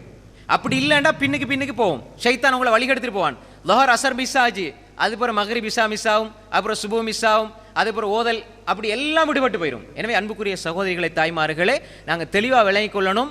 சிறிய பாவம் செஞ்சாலும் உடனே அல்லாஹ் இடத்துல இஸ்திக்ஃபார் செஞ்சு தௌபா செஞ்சிடணும், அல்லாஹ்வின் பக்கம் மீண்டு செல்லணும், அல்லாஹ்வின் பக்கம் போகணும். அப்போ எனவே அல்லாஹு தஆலா இங்கே என்ன சொல்கிறான்டால், அல்லாஹு தஆலாவுடைய ரசூல் ஸல்லல்லாஹு அலைஹி வஸல்லம் என்ன சொன்னாங்கன்றால், எந்த ஒரு மனிதன், அதாவது அல்லாஹ் என்ன சொல்றான், குல் யா இபாதி அல்லதீன அஸ்ரஃபு அலா அன்ஃபுஸிஹிம் லா தக்னது மின் ரஹ்மத்தில்லாஹ், அல்லாஹ்வுடைய அருள்ல இருந்து நிராசை அடைஞ்சிராதீங்க. சின்ன சின்ன தவறுகள் நடக்குதுண்டா, பிள்ளைகள் சின்ன சின்ன தவறுகள் செய்யும், அது சர்வ சாதாரணமான விடயங்கள், தவறுகளை சொல்ல இல்லை, அந்த வயசுக்கு ஏற்ப அதை பெருசாக நீங்கள் கற்பனை பண்ணி பெருசாக நினச்சி உங்களோட ஈமானுக்கு ஏற்ப உங்களோட வயசுக்கு ஏற்ப அவர்களை எல்லாம் அந்த பிள்ளை திருந்தாது, மாடு எரும மாடு அப்படின்னு சொல்லி அந்த பிள்ளைகளை சபித்து விடாதீர்கள். ஏன்னா அல்லாஹ் நீங்கள் எவ்வளோ பாவம் செஞ்சாலும் உங்களை அடியாண்டு தான் நல்லா கூப்பிட்றான். ஆனால் நம்மளோட பிள்ளை எப்படி கூப்பிட்றோம், எருமாடுன்னு கூப்பிட்றோம், அல்லது வேற ஏதாவது வார்த்தையை சொல்லி கூப்பிட்றோம். ஆனால் நாங்கள் எவ்வளோ பாவம் செஞ்சாலும் அல்லாஹ் எங்களை என்ன சொல்றான், என்னுடைய அடியார்களே. அப்போ நாங்கள் இதை புரிந்து கொள்ள வேண்டும். எனவே அன்புக்குரிய சகோதரிகளே, தாய்மார்களே, எங்களோட வீட்டில் குர்ஆனுடைய சூழல் உருவாக வேண்டும். குர்ஆனுடைய சூழல் உருவாக வேண்டும். இது ரெண்டாவது விஷயம். மூன்றாவது, ஏற்கனவே நான் சொன்ன மாதிரி திக்ர். திக்ர் என்றால் என்ன? அல்லாஹ்வுடைய சிந்தனை. நீங்கள் பாருங்கள், சில தாய்மார்கள் பிள்ளைகளுக்கு ஆரம்பத்தில் இருந்தே தூங்கும்போது துவா படித்து கொடுப்பாங்க, காலையில் எழும்புற துவா சொல்லி கொடுப்பாங்க, அதே மாதிரி சாப்பிடும்போது துவா சொல்லி கொடுப்பாங்க. சஹீஹான துவாவை சொல்லி கொடுங்க. கொஞ்சம் நீங்கள் துவாக்களை ஓதுகிற நேரம் கொஞ்சம் குர்ஆன் சுன்னாவுடைய அறிஞர்கள்ட்ட கொஞ்சம் கேட்டு, உங்களுக்கு தெரிஞ்ச நம்பிக்கையான அறிஞர்கள்ட்ட கேட்டு அமல் செய்யுங்க. இன்றைக்கி வாட்ஸ்அப்பில் வருது, ஃபேஸ்புக்கில் வருது, நிறைய பேர் சும்மா அதை அமல் செய்கிறது. சில பொழுது அது ஆதாரமே இருக்காது. நீங்கள் இந்த தலப்பா கட்டியிருக்கிறாரு, 7 மூலம் சுற்றி வச்சிருக்கிறாரு, நல்லா பார்க்குறதுக்கு சூரத்தாக இருக்கிறாரு, இவர் போய் பேசுவார்னு நினைக்காதீங்க. அப்படி இன்றைக்கு பல பேர், அல்லாஹ் பாதுகாத்தவர்களை தவிர, வாயை திறந்த போய் தான் அவங்க சொல்கிறது ரசூலுல்லாஹ்க்கே தெரியாது. ரசூல்லா சொன்னாங்க. எங்கே? புகாரிலையும் இல்லை, முஸ்லீம்லையும் இல்லை, திருமீதிலே இல்லை, ஹதீஸ் கிரந்தங்களில் இல்லை, ஆதரவூர்வமான செய்திகள் இல்லை, எல்லாம் ரசூலுல்லாஹ். அன்புக்குரிய சகோதரிகளே, தாய்மார்களே, திக்ர் எங்களுக்கு தெரிஞ்ச ஆதாரபூர்வமான திக்ர். இப்போ உதவு செஞ்சுட்டு என்ன திக்ர் ஓதுறது? அது ஆதாரபூர்வமானது. அதே மாதிரி தொழுகை முடிஞ்சு என்ன ஓதுறது, தொழுகையில் என்ன ஓதுறது, அதே மாதிரி பாங்கு முடிஞ்சு என்ன ஓதுறது, தூங்கும்போது என்ன ஓதுறது, ஆதாரபூர்வமான துவாக்களை சொல்லிக் கொடுங்க. அது மாதிரி துவாக்கள் திக்ர்கள் இடையிடைய சந்தர்ப்பங்களில் சும்மா ஓதுறது, மனசில் கவலை வருது, துக்கம் வருதுண்டா என்ன துவா ஓதணும்? நல்ல கவலை வருது, மனசில் துன்பம் வருது, பிரச்சனையாக இருக்குது, லா இலாஹ இல்லா அன்த சுப்ஹானக இன்னி குன்து மினல் ஸாலிமீன். உங்களோட கவலை எந்த கவலையாக இருந்தாலும், அந்த நேரத்தில் எந்த பிரச்சனைன்னு நீங்கள் நினைக்கிறீங்களோ அந்த நேரத்தில் நீங்கள் இதை ஓதி இருந்தீங்கண்டா இன்ஷா அல்லாஹ், அல்லாஹுடைய வாதா, அல்லாஹ் குர்ஆனில் சொல்கிறான், உங்களோட கவலைகள் அப்படியே இல்லாமல் போகும். நீங்கள் கண்கூட பார்க்கலாம், அல்லாஹ் சொல்கிறான். இதுக்கு அதை விளங்கப்படுத்துறதுக்கு இப்போ நேரம் போதாது. யூனுஸ் அலைஹிஸ்ஸலாம் ஓதின அந்த தாவத்து தீன் அதை ஓதிட்டு லா இலாஹ இல்லா அன்த சுப்ஹானக இன்னி குன்து மினல் ஸாலிமீன் ஓதிட்டு நீங்கள் எதை கேட்டாலும் அல்லாஹ் தருவான், நம்பிக்கையோட. ஹஸ்புனல்லாஹு வ நிஅமல் வக்கீல். அப்போ இந்த திக்ர்களோட பழக்கப்படுத்தணும் பிள்ளைகளுக்கு நல்ல வார்த்தையில். அதாவது நாங்கள் யாராவது உங்களுக்கு ஏதாவது தந்தா என்ன சொல்லணும், ஒருத்தர் தும்முனா என்ன சொல்லணும், யாரையும் பார்த்தா என்ன சொல்லணும், எல்லா திக்ர்களோட. அது பற்றிருக்கு மார்க்கத்தில்ண்டா, ஏன் சொல்லப்பட்டிருக்கின்றா அந்த சிந்தனை உள்ளத்தில் இருக்கணும். நாங்கள் யாருக்குமே இப்போ உதாரணமாக ஒருத்தவங்க தும்மிட்டு அல்ஹம்துலில்லாஹ்னு சொல்லும்போது நம்ம என்ன சொல்லுவோம்? இர்ஹமுக்கல்லாஹ். அது அர்த்தம் என்ன? அல்லாஹ் உங்களுக்கு அருள் செய்யட்டும். சாதாரணமாக ஒரு மனிதன் தும்மினாலே நாங்கள் அல்லாஹ் உங்களுக்கு அருள் செய்யட்டும் என்று துவா செய்கிறோம்டா, நாங்கள் யாருக்காவது அநியாயம் செய்வோமா? இஸ்லாம் யாருக்காவது அநியாயம் செய்ய சொல்லுமா? இந்த ஒரு சின்ன விஷயம். அன்புக்குரிய சகோதரிகளை, தாய்மார்களே, இந்த ஒரு அடிப்படை நாங்கள் எடுத்துக்கொள்ளணும். திக்ர். 4வது, வீட்டுக்குள்ள சலாம் இருக்கணும். கணவன் வீட்டுக்குள்ளே வந்தாலும் சரி, மனைவி வீட்டுக்குள்ளே வந்தாலும் சரி, பிள்ளைகள் வந்தாலும் நிம்மதி வேண்டாம், சலாத்தோடு ஆரம்பிங்க. வருவாங்க அஸ்ஸலாமு அலைக்கும்னு தான் வருவாங்க. பிள்ளைகளுக்கு நீங்கள் படிச்சு கொடுங்க. அனஸ் ரலியல்லாஹு அன்ஹு ரசூலுல்லாஹ் சொன்னாங்க, அனஸ் ரலியல்லாஹு அன்ஹு சொன்னாங்க, இதா தகல்த அஹ்லக சல்லிம் அலா அஹ்லிக். நீங்கள் வீட்டுக்குள்ளே போனால் சலாம் சொல்லுங்க. அதாவது யகுன் பரக்கத்தன் அலைக்க வ அலா அஹ்லிக், அது உனக்கும் உன்னுடைய குடும்பத்துக்கும் பரக்கத்தாக அமையும்னு சொன்னாங்க. வீட்டுக்குள்ளே போகிற நேரம் அஸ்ஸலாமு அலைக்கும் வரஹ்மத்துல்லாஹி வபரகாத்துன்னு போங்க. வீட்டுக்குள்ளே பரக்கத்து உண்டாகும், நிம்மதி உண்டாகும். பரக்கத்தில் மிகப்பெரிய பரக்கத் வீட்டுக்குள்ளே நிம்மதி. எங்களோட உள்ளம் அமைதி பெறும். நீங்கள் எங்கே பிரச்சனை இருந்தாலும் வீட்டுக்குள்ளே வந்தால் உள்ளம் அமைதி பெறுது தானே. இந்த உள்ளம் அமைதி வீட்டுக்குள்ளே கிடைக்கலண்டா வேற எங்கே கிடைக்கும்? வீட்டுக்குள்ளே அமைதி கிடைக்கலண்டா வேற எங்கே தான் கிடைக்கும் சொல்லுங்க பாப்போம்? அல்லாவுடைய மாளிகையிலே கிடைக்கும். எல்லா நேரமும் அல்லாவுடைய மாளிகையில் இருக்கலுமா? ராவைக்கு வெளியே போகணும், கதவை மூடி அனுப்பி விட்ருவாங்க. அப்போ எங்கே வரணும்? வீட்டுக்கு தான் வரணும். அன்புக்குரிய சகோதரிகளை, தாய்மார்களே, சலாம். இப்போ நிறைய பேர் என்ன செய்வாங்க? காண்ட்ராக்கள் அஸ்ஸலாமு அலைக்கும் அஸ்ஸலாமு அலைக்கும் சொல்லுவாங்க. உலகத்துக்கு முழுக்க ஊருக்கெல்லாம் சலாம். வீட்டுக்குள்ளே வந்தால் ஃபோனை எடு, டீயை ஊற்று, கோப்பியை ஊற்றுன்னு வருவாங்க. பார்க்குறோமா இல்லையா? அப்போ உலகத்துக்கு சலாத்தை கொடுக்குறோம், வீட்டுக்கு சலாத்தை கொடுக்க இல்லை. சலாத்தை, சாந்தியை, சமாதானத்தை, நிம்மதியை வீட்டில் இருந்து ஆரம்பிக்கணும். நீங்கள் உங்களோட பிள்ளைகளுக்கு சொல்லுங்கள், ஸ்கூல் முடிஞ்சு பிள்ளை வருதா அஸ்ஸலாமு அலைக்கும் சொல்லிட்டு வாங்க. உங்களோட கணவனுக்கு சொல்லிக் கொடுங்க, மனைவியாக நீங்கள் செயல்படுத்துங்க, உங்களோட பிள்ளைகளுக்கு சொல்லிக் கொடுங்க. சலாம் எப்பயும் அதில் அர்த்தம் என்ன தெரியுமா? அஸ்ஸலாமு அலைக்கும் வரஹ்மத்துல்லாஹி வபரகாத்து நீங்கள் சொல்லும் பொழுது உங்களுக்கு சாந்தி உண்டாகட்டும் என்று நீங்கள் சொல்கிறீங்கண்டா, கணவன் மனைவியை பார்த்து, மனைவி கணவனை பார்த்து இது சொல்லும் பொழுது உண்மையில் இது ஒரு மிகப்பெரிய துவா. நீங்கள் உங்களோட தாயை பார்த்து அஸ்ஸலாமு அலைக்கும்னு சொல்லிங்கடா, என் தாய்க்கு அல்லாஹுடைய சாந்தி உண்டாகட்டும், என் தந்தைக்கு அல்லாஹ்வுடைய சாந்தி உண்டாகட்டும். நீங்கள் இஸ்லாம் எப்படி சொல்லி தருது? நீ எவ்வளோ பெரிய எதிரியை சந்திச்சாலும் சலாத்தை சொல்லுண்டா. நண்பனுக்கு அநியாயம் செய்ய சொல்லுமா? பக்கத்து வீட்டுக்காரனுக்கு அநியாயம் செய்ய சொல்லுமா? உம்மாக்கு அநியாயம் செய்ய சொல்லுமா? பாப்பாக்கு அநியாயம் செய்ய சொல்லுமா? நீங்கள் ஒரு எதிரியை கண்டா கூட அஸ்ஸலாமு அலைக்கும்னு பேச்ச ஆரம்பிங்க. அப்படின்னா உனக்கு சாந்தி உண்டாகட்டுண்டு. எதிரிக்கே சலாத்தை இஸ்லாம் கொடுக்குதுண்டா, சொந்த தாய்க்கு அநியாயம் செய்ய சொல்லுமா? சொந்த வீட்டில் அநியாயம் செய்ய சொல்லுமா? அப்போ எனவே சலாம் என்பது, திக்ர் என்பது வீட்டுக்குள் இருந்தால் வீட்டில் நிம்மதி உண்டாகும். அதே போன்றுதான் அடுத்தது இஸ்திக்ஃபார் வத்தௌபா. இஸ்திக்ஃபார் என்பது, இஸ்திக்ஃபார் தௌபா என்பது, இஸ்திக்ஃபார்ண்டா என்ன? நாளாந்தம் நம்ம செய்கிற இஸ்திக்ஃபார்கள். இப்போ நாளாந்தம் செய்கிற இஸ்திக்ஃபார் நிறைய இருக்குது. அஸ்தக்ஃபிருல்லாஹ் அல்லதி லா இலாஹ இல்லல்லாஹுல் ஹய்யுல் கய்யூம் வ அத்தூபு இலைஹ். இது அதாவது ஒரு யுத்த காலத்துக்கு போய் அதுலேருந்து புறமுதுகு காட்டி ஓடி வந்தாலும், அப்படிப்பட்ட பாவமாக இருந்தாலும் இந்த திக்ர் மன்னிக்கும். அல்லாஹ் அப்படி ஒரு சக்தியை இது கொடுத்திருக்கேன். ரசூலுல்லாஹ் சொன்னாங்க ஸல்லல்லாஹு அலைஹி வஸல்லம். அப்போ அது பெரும்பாவத்தில் ஒன்று, பெரும்பாவத்தில் ஒன்று. அப்போ அப்படிப்பட்ட பாவங்களை மன்னிக்கக்கூடிய இஸ்திக்ஃபார், இப்படி நிறைய இஸ்திக்ஃபார் இருக்குது. ரசூலுல்லாஹ் சொன்னாங்க, நான் இஸ்திக்ஃபார் செய்கிறேன், ஒரு நாளைக்கு 70 விடுத்தம் செய்கிறேன், இன்னொரு ரிவாயத்தில் 100 விடுத்தம் செய்கிறேன், தௌபாவும் செய்கிறேன். நாங்கள் இஸ்திக்ஃபார் என்பது வாயால் நம்ம சொல்கிற இஸ்திக்ஃபார் உணர்ந்து சொல்லணும். அல்லாஹ் இடத்துல இஸ்திக்ஃபார், அஸ்தக்ஃபிருல்லாஹ் அஸ்தக்ஃபிருல்லாஹ். தொழுக முடிஞ்சு என்ன செய்கிறோம்? பாவம் செஞ்சது பாவமா? தொழுக முடிஞ்சு அஸ்தக்ஃபிருல்லாஹ் அஸ்தக்ஃபிருல்லாஹ்னு சொல்கிறோம், செஞ்சது பாவமா? தொழுது முடிஞ்சாலும் யா அல்லாஹ் இந்த தொழுகையில் சில தவறுகள் வந்திருக்கலாம், எனவே என்ன மன்னிச்சிரு யா அல்லாஹ். இஸ்திக்ஃபாரோடு வாழணும். فَقُلْتُ اسْتَغْفِرُوا رَبَّكُمْ إِنَّهُ كَانَ غَفَّارًا يُرْسِلِ السَّمَاءَ عَلَيْكُمْ مِدْرَارًا وَيُمْدِدُكُمْ بِأَمْوَالٍ وَبَنِينَ وَيَجْعَلْ لَكُمْ جَنَّاتٍ وَيَجْعَلْ لَكُمْ أَنْهَارًا. சூரா நூஹ்ல நூஹ் அலைஹிஸ்ஸலாம் சொல்லத் அல்லாஹ் சொல்கிறான், ஃபகுல்து நான் சொன்னேன், இஸ்தக்ஃபிரு ரப்பக்கும். அல்லாஹ் குர்ஆன்ல சொல்றான், இஸ்தக்ஃபிரு ரப்பக்கும், நீங்க இஸ்திக்ஃபார் செய்யுங்க, இன்னஹு கான கஃபாரா, உங்களோட பாவங்கள் மன்னிக்கப்படும். பாவங்கள் உள்ளத்துக்கு சுமையை கொண்டு தரும், பாவங்கள் நிம்மதியை இழக்கச் செய்யும். பாவங்களை இஸ்திக்ஃபார் செஞ்சு அழிச்சிட்டா, நம்ம ஏற்கனவே ஒரு பயான்ல இங்க பண்ணதுதான், அதாவது மன நிம்மதியை பாவங்கள் சீர்குலைக்கும். எல்லா பாவம் மன நிம்மதியை சீர்குலைச்சிடும். அந்த பாவங்களை அழிக்கிறது இஸ்திக்ஃபார். இஸ்திக்ஃபார் செய்தால் அல்லாஹ் பாவங்களை மன்னிப்பான், மன்னிச்சால் நிம்மதி வரும், வீட்டுக்குள்ள நிம்மதி வரும், உள்ளம் அமைதி அடையும். இன்னஹு கான கஃபாரா. இஸ்திக்ஃபார் செய்தால் யுர்சிலிஸ் ஸமா அலைக்கும் மித்ராரா, மழை அல்லாஹ் பொழிவிப்பான்.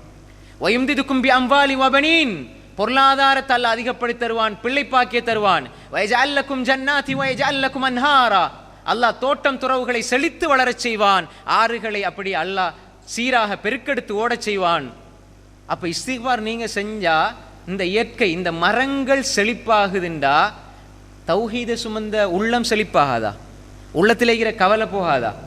இந்த ஆறு தண்ணீர் இஸ்திக்ஃபாரால பெருக்கெடுத்து ஓடுதுண்டா, தோட்டம் காஞ்சி போன மரம் பசுமையாக மாறுதுண்டா, லா இலாஹ இல்லல்லாஹ்னு சொன்ன இந்த தௌஹீதை சுமந்த உள்ளம் கலக்கத்தோட வாழுமா? இஸ்திக்ஃபார் செய்தால் நிம்மதியிலிருந்து தவிக்குமா? தொழுகிற உள்ளங்கள், அல்லாஹ் வணங்குற உள்ளத்தில் நிம்மதி இல்லாமல் போகுமா? அப்போ இஸ்திக்ஃபார் உள்ளத்துக்கும் அமைதி தரும், வீட்டுக்கும் அமைதி தரும், சுற்றுப்புற சூழலை அமைதி பெறச் செய்யும், இந்த பிரபஞ்சத்தையே நிம்மதியாக செயல்பட வைக்கும். அப்போ இஸ்திக்ஃபார் இருக்க வேண்டும். தௌபா, தௌபாண்டா என்ன? தௌபாங்கிறது வார்த்தை அல்ல, தௌபா என்பது வாழ்க்கை. நாம் அல்லாஹ்வோடு செய்கிற ஒப்பந்தம், நான் இப்படி வாழப் போறேன் என்று அல்லாஹ்விடம் செய்கிற ஒப்பந்தம் தௌபா. யா அல்லாஹ் நான் இதை செஞ்சிட்டேன், யா அல்லாஹ் மன்னிச்சுக்க, யா அல்லாஹ் நான் இதை இப்படி பண்ணிட்டேன், யா அல்லாஹ் என்னை மன்னிச்சிரு யா அல்லாஹ்னு சொல்லிட்டு திரும்ப பாவம் செய்கிறதல்ல தௌபா.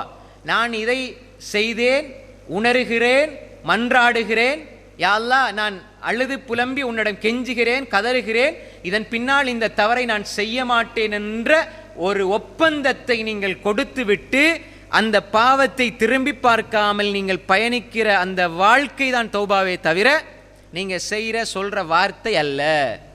நான் இப்படி தான் வாழ போகிறேன், யா அல்லாஹ் தொழுகையில் நான் கொஞ்சம் குறைபாடு செய்தேன், ஓதலில் குறைபாடு செய்தேன், திக்ரில் குறைபாடு செய்தேன், இபாதத்தில் குறைபாடு செய்தேன், யா அல்லாஹ் என்னை மன்னிச்சிருன்னு நீங்கள் அல்லாஹ்வோடு ஒரு ஒப்பந்தம் செஞ்சுட்டு நீங்கள் தௌபாவுடைய பாதையில் பயணிச்சு பாருங்க, வாழ்க்கையில் நிம்மதியை உணர்வீர்கள், வீட்டுக்குள்ளே நிம்மதியை உணர்வீர்கள், வீடு நிம்மதியாக இருக்கும்.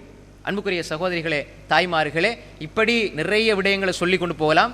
கடைசியாக ஒரு விடயம், எல்லாத்தையும் சுருக்கமாக சொல்லிடுறேன் நான், இதுலேயும் கிளைகளையாக நிறைய விடயங்கள் இருக்குது. நிம்மதியான வீட்டுக்குரிய விடயங்களில் கடைசியாக ஒரு விடயம், அடிப்படையான ஒரு விஷயம் என்னென்றா, யாரெல்லாம் எல்லா இபாதத்தும் செஞ்சு எல்லா வணக்கங்களும் செஞ்சு எல்லா வழிபாடுகளும் செஞ்சு தாய் தந்தையர்களை சரியாக பராமரிக்க இல்லைன்னு சொன்னால், தாய் தந்தையர்களை சரியாக பராமரிக்கவில்லை என்று சொன்னால் அவர்களுடைய உள்ளத்தில் நிம்மதி பறி போய்விடும், வாழ்க்கையில் பரக்கத்தும் பறி போய்விடும். வீடு மாடா மாளிகை கட்டியிருப்பார், ஆனால் அம்மாவுக்கு ஒரு ஓரத்தில் சின்ன ஒரு குடிசையை கட்டி கொடுத்திருப்பாங்க. அல்லாஹ் பாதுகாக்கணும். பெரும்பாலும் ஈமானுள்ள முஸ்லீமாக இருக்கக்கூடியவங்களுக்கு அப்படி இருக்காது எண்ணம், அப்படியும் சில இடங்களில் இருக்குது. அல்லாஹ் பாதுகாக்க வேண்டும். ஏன் அப்படி ஒரு நிலையை வச்சால் நீங்கள் எப்படி அது நடந்து கொள்கிறீங்களோ அதே நிலையில் அதே பார்வையில் தான் நீங்கள் எல்லா இடத்துல இருப்பீங்க. உங்களோட வீடு வேண்டாம் மாளிகையாக இருக்கலாம், உங்களோட அந்தஸ்து வேறு, உங்களோட கௌரவம் வேறு, நீங்கள் படித்தவங்களாக இருக்கலாம், டீச்சராக இருக்கலாம், ஆசிரியராக இருக்கலாம், டாக்டராக இருக்கலாம், ஆலிமாவாக இருக்கலாம், எவ்வளோ பெரிய ஆளாக இருந்தாலும் சரி, நீங்கள் தாய் தந்தை எந்த இடத்துல உங்களோட உள்ளத்தில் வச்சிருக்கிறீங்களோ அந்த இடத்துல தான் அல்லாஹ் அவங்கள வச்சிருப்பான். அன்புக்குரிய சகோதரிகளே, தாய்மார்களே, தாய் தகப்பனை கண்ணீர் வடிக்க வைத்து விட்டு நீங்கள் எவ்வளவு அமல் செஞ்சாலும் எவ்வளோ இபாதத் செஞ்சாலும் அதில் பெருமதி கிடையாது. தாய் தகப்பனை துவாவை பெற்றுக்கொள்ளாமல் அவருடைய பதுவாவுக்கு ஆளாகி விட்டீர்கள் என்றால் உங்களோட வாழ்க்கையில் நிம்மதி இருக்காது. ஆனால் அது நீங்கள் புரிந்து கொள்ள மாட்டீங்க. ஏன் இவர் செய்கிற முயற்சியிலாம் லொஸ்டாராரு, ஆனால் நல்ல வசதியாகிக்கிற மாதிரி நீங்கள் காட்டுவீங்க, மனசில் நிம்மதியே இருக்காது. ஏன் என்ற புள்ள இப்படியே கஷ்டப்படுது, ஏன் இந்த புள்ள எல்லா காசு பணம் கொடுத்தாலும் இப்படியே தான் இருக்கிறான் அப்படின்னு நீங்கள் யோசிக்கிற சில இடங்கள் அதனுடைய விபரீதம் எங்கே இருக்கும்னா நீங்கள் பெற்றோருக்கு செய்கிற விடயத்தில் நீங்கள் குறைபாடு செஞ்சிருப்பீங்க.